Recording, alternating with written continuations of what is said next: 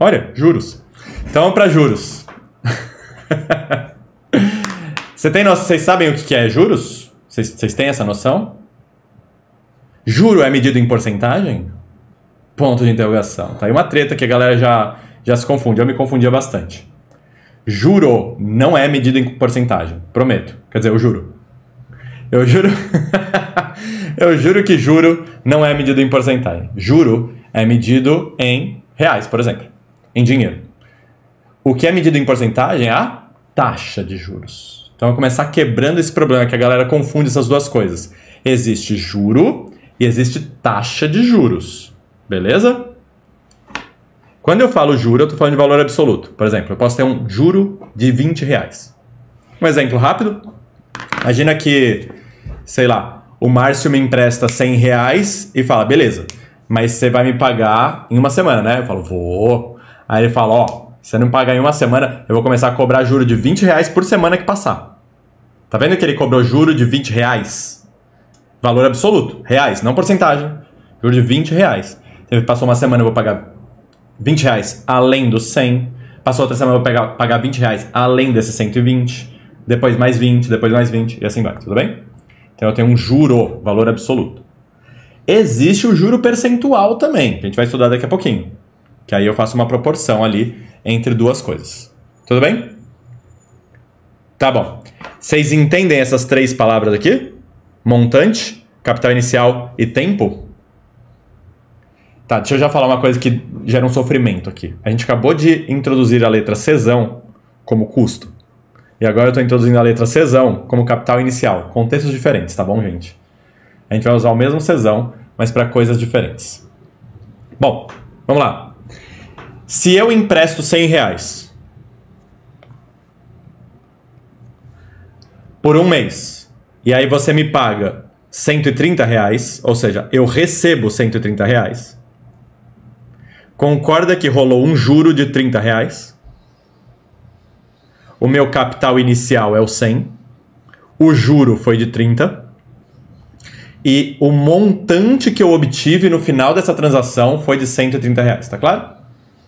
Em outras palavras, montante é o capital inicial mais o juro.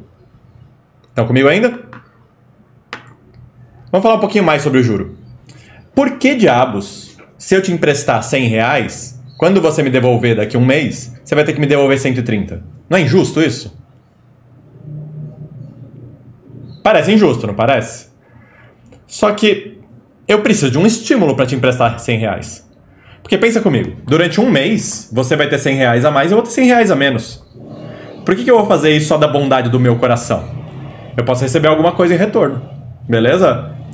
Esses 30 reais de juros é o pagamento pelo serviço que eu estou te prestando, que é o serviço de emprestar dinheiro. Tudo bem? É assim que banco sobrevive, por exemplo. É assim que as Casas Bahia sobrevivem. As Casas Bahia emprestam dinheiro. Só que não da mesma forma. Quando você compra uma máquina de lavar e você não tem dinheiro para pagar à vista, você leva o produto todo e você paga em prestações. Não é? Essas prestações demoram um certo tempo para serem pagas. Depois de um mês, depois de 2 meses, depois de 3 meses e assim vai. Tecnicamente, o que as Casas Bahia estão te fazendo é, elas estão te emprestando dinheiro, você pegou o dinheiro e já usou para comprar a máquina, e agora você vai pagar para as Casas Bahia esse empréstimo de volta e juros pelo serviço de te emprestar dinheiro, tá claro isso? Quando você compra uma coisa a prazo, você está pedindo dinheiro emprestado para a própria instituição que te vendeu o objeto. Estão comigo? Inclusive, fica a dica, às vezes, se você precisa fazer isso, é mais fácil, mais útil, mais rentável, taxas menores, você pedir esse dinheiro emprestado em outro lugar, numa instituição financeira, e comprar à vista, na loja. Tá? Isso é sempre uma possibilidade. Enfim, tudo bem então que juro é o valor pago pelo serviço de empréstimo. Segunda coisa importante, não existe juro para pagamento à vista. Então, imagina que eu compro a máquina de lavar, ela custa 500 reais. Se eu pagar à vista, não faz sentido eu pagar 550. Eu vou pagar 500 reais. Tá claro isso? Juro é pagamento pelo serviço de empréstimo.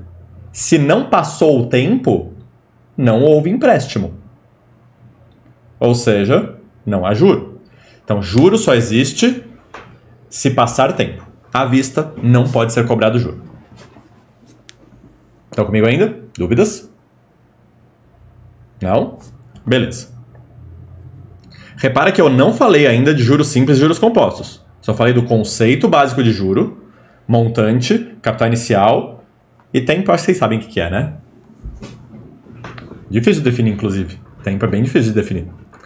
Dá uma olhada nesse exercício aqui, ó. Caiu na Unigabs. Arnaldo emprestou R$50 a seu amigo Bernaldo, sob condição de que, no dia da devolução, uma semana depois, o valor devolvido fosse de R$60. Tá bem claro para todos os envolvidos aqui o que aconteceu? Então, o Arnaldo empresta R$50 e o Bernaldo devolve 60 depois de uma semana. Quer dizer, devolve 50, né? E paga 10. Tá claro isso? Então, devolveu o que foi emprestado e pagou 10. Qual o juro recebido por Arnaldo? Acho bem óbvio esse, né? Meio que acabei de falar já. O juro vai ser o montante recebido menos o capital inicial emprestado. Tá legal? É a mesma fórmula, só isolei o juro aqui. Portanto, o juro é de 60 menos 50, que dá R$10. Repara que o juro não é medido em porcentagem. Ele é medido em reais, nesse caso. Já o item B pergunta qual a taxa semanal de juros aplicada. Isso é bem interessante, porque quando eu falo taxa de juros, depende do tempo que passa. Tá legal? E aqui a transação foi de uma semana e eu estou perguntando a taxa semanal. Então tá tudo firmeza. Como é que eu faço para calcular a taxa de juros, pessoas? Eu vou fazer o seguinte, ó. Eu vou pegar o juro e dividir pelo capital inicial. Tá claro isso?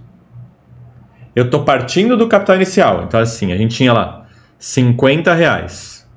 Depois de uma semana, passou a ter 60. Rolou um juro de R$10. Beleza? A taxa é a variação dividido pelo ponto de partida. Fechou? Então, eu vou dizer que nesse caso, a taxa de juros foi de 10 sobre 50. Se eu multiplicar por 2 em cima e embaixo, dá 20%. Consegue enxergar isso? 20%.